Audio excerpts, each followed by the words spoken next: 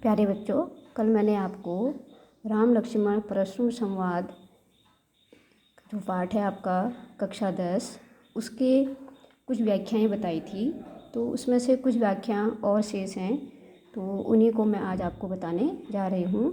और बताने से पहले मैं आपसे कहना चाहती हूँ कि आप लोग इस वीडियो को अवश्य देखें और लाइक, सब्सक्राइब और शेयर करें, ताकि आपकी तरह और बच्चे भी इस वीडियो को देख सकें। तो कल हमने देखा था कि जब लक्ष्मण कहते हैं परशुराम से कि आप अपने हाथ में यह धनुष और कुठारा व्यर्थ ही धारण किए हुए हैं, आपके कुटिल वचन ही करोड़ों वचन ही आपके शत्रु के लिए घातक हैं। तो यह सुनकर विश्वामित्र जो हैं वह सामने आते हैं और जो परशुराम हैं उनसे कहते हैं, जो बिलोक की अनुचित कहे हूँ क्षमो महामुनि धीर। वो कहते हैं कि यह बालक, जो भी आपसे अनुचित इस बालक ने कहा है, हे महामुनि, आप धैर्य धारण करते हुए इसे क्षमा कर दें। सुनी सरोस भृगुवंश वंशमणि बोले गिरा गंभीर। और उन्हें कहने से कि आप भृगुवंशी हैं और आप अपने रोष को त्याग दें और इसे क्षमा कर दें।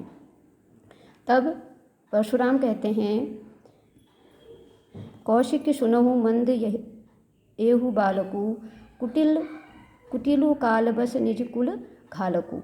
कौशिक कहा गया है विश्वामित्र को, सुनहु मंद यहु बालक। वो कहते हैं कि हे विश्वामित्र, यह जो बालक है वह अत्यंत मंद बुद्धि है और कुटिल है। यही बालक कुटिल कालबस निज कुल घालकु, और अगर यह मेरे हाथों से मारा जाता है तो कोई भी मुझे दोष न दें। कुटिल कालवश, यह अपने काल के कारण अपने कुल का नाश करने वाला है। फिर है भानुवंश राकेश कलंकु। वो कहते हैं कि यह वैसे तो सूर्यवंश का है, भानुवंश मतलब सूर्यवंश का, क्योंकि जो राम थे, जो राम लक्ष्मण हैं वह सूर्यवंशी हैं। तो कहते हैं वैसे तो ये सूर्यवंश के हैं, लेकिन यह राकेश कहा जाता है चंद्रमा को, तो चंद्रमा में लगे कलंक के समान है। निपट निरंकुशु अबूधु अशंकु। और यह बालक निपट है, कहते हैं यह मेरे हाथों से मारे जाने योग्य है। और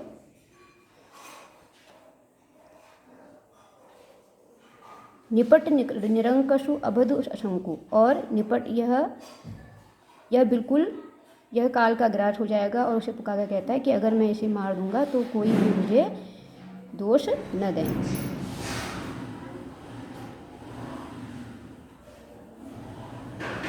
फिर है काल कवलु हो यही छन माही कहो पुकारी खोरी मोहि नाही। वो कहते हैं कि तुम्हारा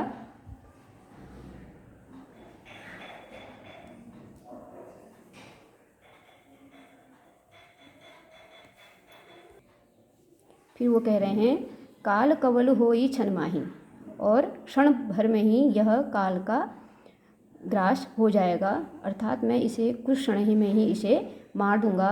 कहूँ पुकारी खोरी मोहि नाही, और मैं सबको पुकार कर कह देता हूँ कि फिर कोई मुझे दोष नहीं दे। नाही मतलब नहीं दे, खोरी मतलब मुझे दोष न दे। तुम हट कहू जो चहो उबारा कही प्रताप बलु रोष हमारा। वो कह रहे हैं कि तुम इसे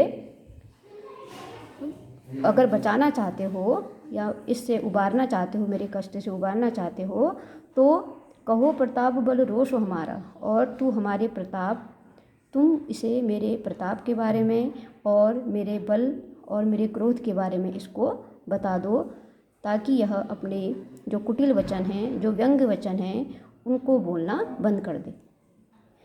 कौन कहते हैं? परशुराम जी कह रहे हैं, विश्वामित्र से कहते हैं कि अगर तुम इसको बचाना चाहते हो तो तुम इसे मेरे प्रताप, मेरे बल, मेरे रोष अर्थात क्रोध के बारे में बता दो।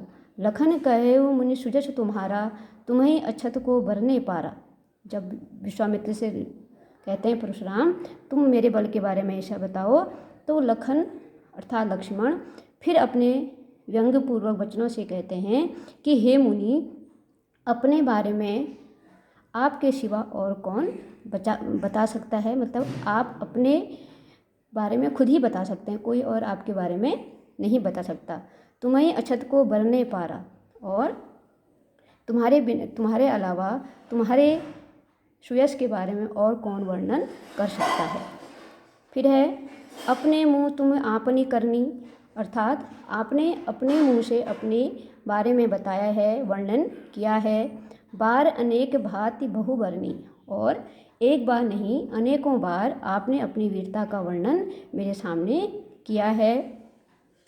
नहीं संतोषु तू पुनि कछु कहऊ, जनि ऋष रोग की दुसहु दुख सहऊ। वो कह रहे हैं कि इतने पर भी अगर आपको संतोष नहीं हुआ है तो आप और कुछ कहिए। जनि ऋष रोग की दुसहु दुख सहऊ, और अपने क्रोध को रोककर अपने असह्य दुख को मत सहिए। अर्थात आप अपने अंदर जो भी आपके अंदर क्रोध है उसको सामने कह दीजिए, और अपने अंदर इस असह्य मतलब जो सहन करने योग्य न हो उस दुख को सहना इस दुख को आप मत सहिए। जो भी आपको कहना है आप अपने बारे में कहिए। वीर व्रती तुम धीर अछोभा, वो कह रहे हैं कि आप वीरता का व्रत धारण करने वाले वीर व्रती अर्थात वीरता का व्रत धारण करने वाले हैं। धीर मतलब धैर्यवान हैं, अछोभा मतलब क्षोभ रहित हैं। क्षोभ रहित मतलब किसी को क्षमा करना आप नहीं जानते हैं। गारी देत न पावहु शोभा, और गाली देते हुए आप शोभा नहीं पाते हैं। अर्थात आप मुनि हैं, ब्राह्मण हैं, और आप वीर व्रत को धारण करने वाले हैं, धैर्यवान हैं, किसी को क्षमा करने वाले नहीं हैं, लेकिन आपके मुंह से गाली देना शोभा नहीं देता है। फिर है सुर समर करनी करहीं, कहीं न जना वहीं आपू, विद्यमान रन पाय रिपु, कायर कथई प्रतापु। और फिर जो लक्ष्मण हैं वह परशुराम के क्रोध को और अधिक बढ़ाते हुए कहते हैं कि व्यंग करते हैं कि जो सूरवीर होते हैं, सूर समर, समर मतलब युद्ध, सूर मतलब सूरवीर, समर मतलब युद्ध, जो वीर होते हैं वो युद्ध करते हैं। कहीं न जना वही आपू, नहीं अपने बारे में वह बखान करते हैं। विद्यमान रन पाई रिपु, कायर कथें प्रतापु, और यह कहकर आप नहीं जानते कि शत्रु को युद्ध में उपस्थित पाकर कायर ही अपने प्रताप की डींगें मारते हैं। अर्थात वो कह रहे हैं कि मैं आपसे युद्ध करने को तत्पर हूँ और आप भी मुझसे युद्ध करना चाहते हैं, फिर आप अपने जो बल है उसका बखान क्यों कर रहे हैं। युद्ध आप मुझसे युद्ध कीजिए, क्योंकि जो वीर होते हैं युद्ध करते हैं, नहीं अपने बारे में बखान करते हैं, और इसलिए आप मुझे युद्ध कीजिए। फिर लक्ष्मण कहते हैं तुम तो काल हाँक जनु लावा, बार बार मोहि लागी बुलावा। वो कहते हैं कि हे मुनिजन, हे मुनि, आपको आपके प्रेम को कौन नहीं जानता, कौन नहीं जानता है।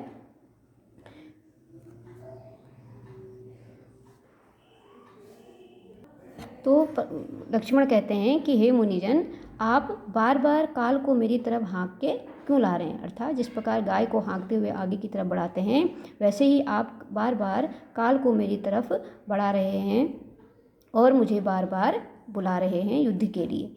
सुनत लखन के वचन कठोरा, और इस प्रकार लक्ष्मण के कठोर वचनों को सुनकर परशु सुधारे धरेव घर कर धोरा, और उन्होंने अपने फरसे को सुधार कर अपने हाथों में, दोनों हाथों में धारण कर लिया, जैसे कि वो किसी को अब मारना ही चाहते हों। क्रोध के कारण उन्होंने अपने फरसे को अपने हाथों में धारण कर लिया। जब लक्ष्मण ने उनसे कहा कि आप बार बार मुझे मारने की धमकी क्यों दे रहे हैं, अर्थात आप बार बार अपने काल को मेरी तरफ बुला के हाँक कर ला रहे हैं। अब जनि देह दोषु मोहि लोगु, वो कह रहे हैं कि परशुराम कहते हैं कि अब मुझे यहाँ पर उपस्थित कोई भी लोग यह दोष न दे, कटुवादी बालक बधजोकु, और अब लोग मुझे दोष न दें, यह कटुवादी मतलब कटु वचन, कड़वा बोलने वाला यह बालक मेरे द्वारा मारे जाने के योग्य है। बद्धजोगु का अर्थ होता है मारे जाने योग्य। कटुवादी मतलब कड़वे वचन बोलने वाला। बाल बिलो की बहुत मैं बाँचा, बाल बिलो की मतलब कि इसे बालक समझकर, बाँचा मतलब बचाया। बार बार इसके कठोर वचनों को सुनकर मैंने इसे बालक समझकर इसको बचाया। अब ये हूँ मरनी हार भा साँचा, और लेकिन अब क्या हो गया है, यह सचमुच ही यह मेरे द्वारा अवश्य ही मारा जाएगा। कौशिक कहा क्षमय अपराधु बाल दोष गुण गणहि न साधु। फिर कौशिक अर्थात विश्वामित्र जी कहते हैं कि हे मुनिजन, आप इसके अपराध को क्षमा कर दीजिए और बालकों के दोष को साधुजन लोग नहीं गिनते। अर्थात यह आप एक साधुजन हैं, महात्मा हैं, ब्राह्मण हैं, यह एक बालक है, इसलिए आप इसको एक बालक समझकर इसके दोषों की गणना न करें और इसे साधु समझकर आप इसे माफ़ कर दें। खर कुठार में अकरुण को ही आगे अपराधी गुरुद्रोही। फिर वो कहते हैं, फिर परशुराम जी बोले कि तीखी धार का कुठार मेरे हाथ में क्या है, तीखी धार वाला ये कुठार है। मैं अकरुण को ही, अकरुण मतलब दया रहित, और मैं कैसा हूँ, दया रहित हूँ। को ही मतलब क्रोधी हूँ। आगे अपराधी गुरुद्रोही, और अपराधी मेरे सामने है, तो यह कुठार ही उन सबको उत्तर देता है। और उत्तर देते छोड़ो बिन मारे, और यह कुठार अपने समक्ष जो भी द्रोही होता है, उसे गुरु का अपमान करने वाला जो भी व्यक्ति होता है, उसको यह कुठार उत्तर देता है और उसे बिना मारे नहीं छोड़ देता है। केवल कौशिक शील तुम्हारे, आप इतना मेरे से कह रहे हैं, लेकिन जो भी इस लक्ष्मण ने मुझसे कहा है उससे यह मेरा जो कुठार है वही भी इससे बातें, वही इसका उत्तर देगा।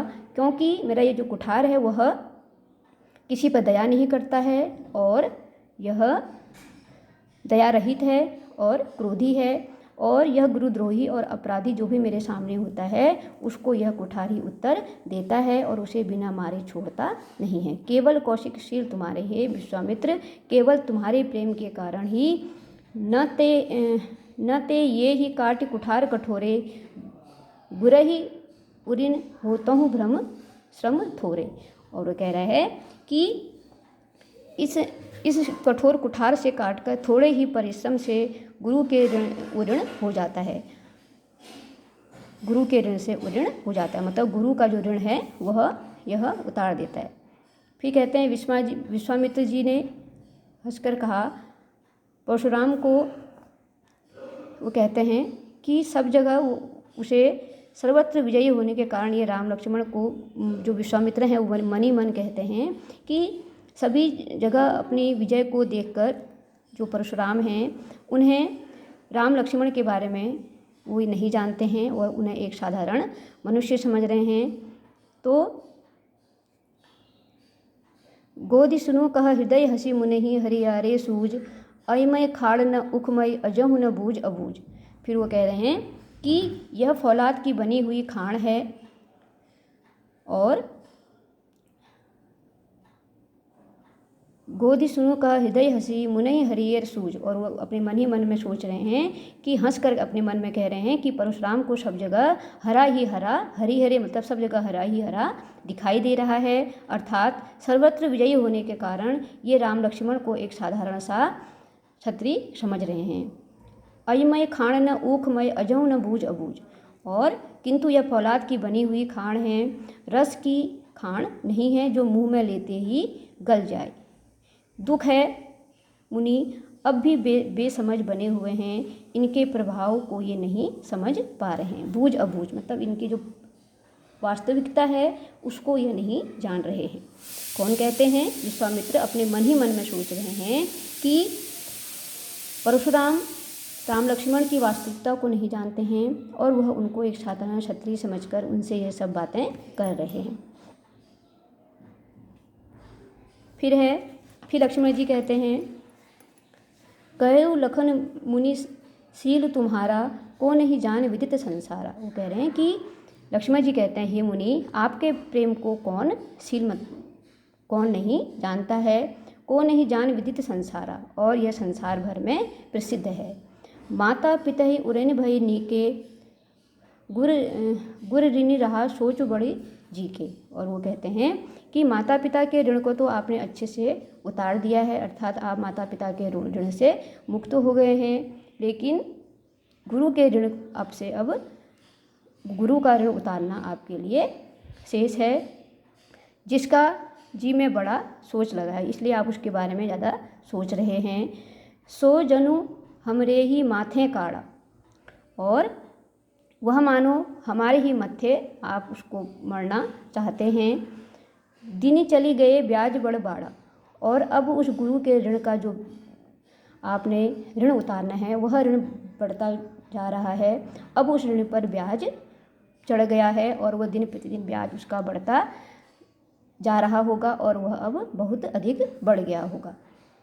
अब आने व्यवहारी बोली, तुरंत देव में थैली खोली। फिर वो कहते हैं कि इससे ब्याज भी अब बहुत बढ़ गया होगा, अब किसी हिसाब करने वाले को बुला लिया जाए, जो क्या करे इसके हिसाब को अच्छे से बता दे कि कितना ब्याज देना है, और मैं तुरंत अपनी थैली खोलकर आपको वह ऋण आपका उतार दूँ। सुनी कटु वचन कुठार सुधारा।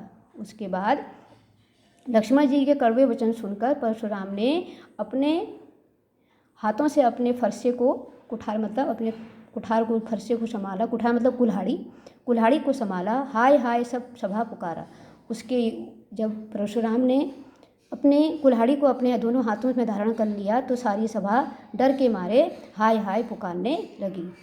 भृगुबर परशु देखा बहु मोही, विप्र विचारी बचो नृपदोही। और लक्ष्मण ने कहा, हे भृगुश्रेष्ठ, आप मुझे बार बार ये फरसा दिखा रहे हैं, पर हे राजाओं के शत्रु, मैं ब्राह्मण समझकर आपको मार नहीं रहा हूँ, आपको बचा रहा हूँ। मिले न कभू सुभट रणगाड़े, कह रहे हैं कि आपको कभी भी रणधीर बलवान वीर नहीं मिले हैं। सुभट रणगाड़े, आपको कभी भी, अर्थात मैं आपके सामने इतना बड़ा वीर योद्धा खड़ा हूँ, आपको मेरे जैसे कोई भी युद्ध आपके समक्ष आज तक नहीं आया है।